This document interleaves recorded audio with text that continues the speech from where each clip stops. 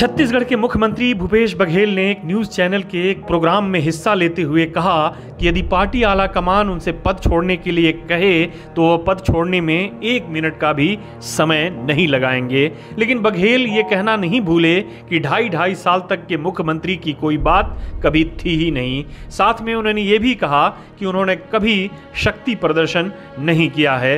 बघेल का यह बयान इस पृष्ठभूमि में आया है जब उनकी सरकार में स्वास्थ्य मंत्री और उनकी कुर्सी के दावेदार टीएस सिंहदेव की तृणमूल में शामिल होने की अफवाहें सोशल मीडिया और खबरों के दूसरे माध्यमों में गर्दिश कर रही थीं और उन अफवाहों को सिंहदेव कोरी बकवास बता रहे थे। अब सवाल ये उठता है कि भूपेश बघेल के इस बयान को कैसे लिया जाए। पिछले 3-4 महीनों से राजधानी रायपुर और दिल्ली में जो घटनाएं घटित हुई हैं उन्हें कैसे देखा जाए। सिंहदेव और बघेल को पार्टी आला कमान के जरिए दिल्ली क्यों बुलाया गया था? जब ढाई साल का मामला था ही नहीं तो फिर सिंहदेव बार बार ये क्यों कह रहे हैं कि इस मुद्दे पर फैसला पार्टी आला कमान के पास सुरक्षित है और समय आने पर यह फैसला सामने आएगा। बघेल खेमे के विधायक दिल्ली में क्यों डेरा डाले हुए थे? प्रदेश कांग्रेस के दोनों गुटों के कार्यकर्ता क्यों एक दूसरे से बार बार भिड़ते रहे थे? इन सभी सवालों का जवाब भूपेश बघेल ने खुद ही एक और कार्यक्रम में दे दिया। उस कार्यक्रम में जब उनसे ढाई साल के फॉर्मूले के बारे में पूछा गया तो उन्होंने तंजिया लहजे में कहा कि अब तो 3 साल हो गए हैं, इसलिए ढाई साल वाली बात पर अब चर्चा करने का कोई मतलब नहीं है। यानी चित भी मेरी और पट भी मेरी। आला कमान कहे तो पद छोड़ देंगे, लेकिन चूंकि अब 3 साल हो गए हैं इसलिए ढाई साल का मामला अब समाप्त हो चुका है। बहरहाल ये तो सबको मालूम है कि ढाई साल के मुख्यमंत्री के फॉर्मूले के तहत खुद को मौका नहीं दिए जाने से सिंहदेव नाराज चल रहे हैं और इसी नाराजगी का फायदा उठाकर इस अफवाह को भी हवा दी गई कि वो तृणमूल कांग्रेस में शामिल हो सकते हैं। लेकिन ये सिंहदेव भी जानते हैं कि कांग्रेस छोड़ने के बाद तृणमूल में जाने का मतलब है आसमान से गिरे और खजूर में अटके। अगर उन्हें कांग्रेस छोड़ना ही होगा तो उनके पास टीएमसी से बेहतर विकल्प मौजूद हैं। उन्होंने पार्टी आला कमान के खिलाफ अभी तक बगावत का झंडा बुलंद नहीं किया है, लेकिन उन्होंने ये जरूर कहा है कि जब फैसला आला कमान के पास सुरक्षित है तो बाहर क्यों जाएंगे।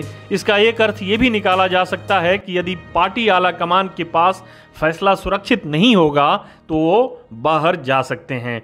दरअसल बघेल सरकार के 2.5 साल पूरा हो जाने के बाद से ही सिंहदेव, उनके समर्थक विधायकों और समर्थक नेताओं ने सीएम की कुर्सी पर उनकी दावेदारी खुलकर पेश की है। जवाबन मुख्यमंत्री भूपेश बघेल, उनके समर्थक विधायक और हिमायती नेताओं ने भी ये रुख इख्तियार कर रखा है कि ढाई साल के मुख्यमंत्री की कोई बात कभी थी ही नहीं।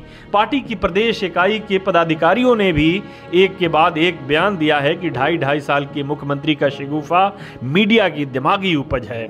जाहिर है अगर ये मामला इतना मात्र होता तो फिर न तो सिंहदेव इतने जोरों शोर से अपना दावा पेश करते और न ही बघेल अपनी कुर्सी बचाने की इतनी जतन करते। ये तो सबको मालूम है कि जब बघेल पर कुर्सी छोड़ने के लिए दबाव बनाया गया तो उल्टे उन्होंने पार्टी आला कमान पर दबाव बनाना शुरू कर दिया। पहले अपने विधायकों को लेकर दिल्ली गए, बाद में 30 समर्थक विधायकों के हवाले से खबर लीक करवाई गई कि यदि उन्हें हटाने पर जोर डाला गया तो 30 विधायक इस्तीफा दे देंगे।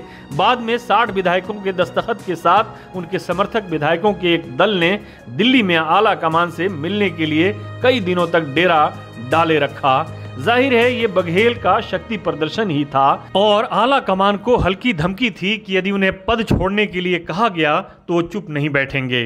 पहले ये चर्चा थी कि नवंबर में छत्तीसगढ़ की सियासत गर्मा सकती है, यानी पार्टी आला कमान की ओर से कोई मुश्किल फैसला लिया जा सकता है। लेकिन अब जानकार सूत्रों का कहना है कि पार्टी आला कमान ने दोनों पक्षों को उत्तर प्रदेश चुनाव तक खामोश रहने के लिए कहा है। इसी वजह से टीएस सिंहदेव ने अपना रुख नरम कर लिया है और उसी नरमी का नतीजा है कि बघेल ये कहते हुए नजर आ रहे हैं कि पार्टी नेतृत्व की ओर से उनसे कहा गया तो वो कुर्सी छोड़ देंगे। लेकिन क्या ऐसा हो सकता है? दरअसल अब तक इस मुद्दे को लेकर इतना कुछ हो चुका है कि इस मसले को बिना किसी हंगामे के सुलझाना मुश्किल लग रहा है।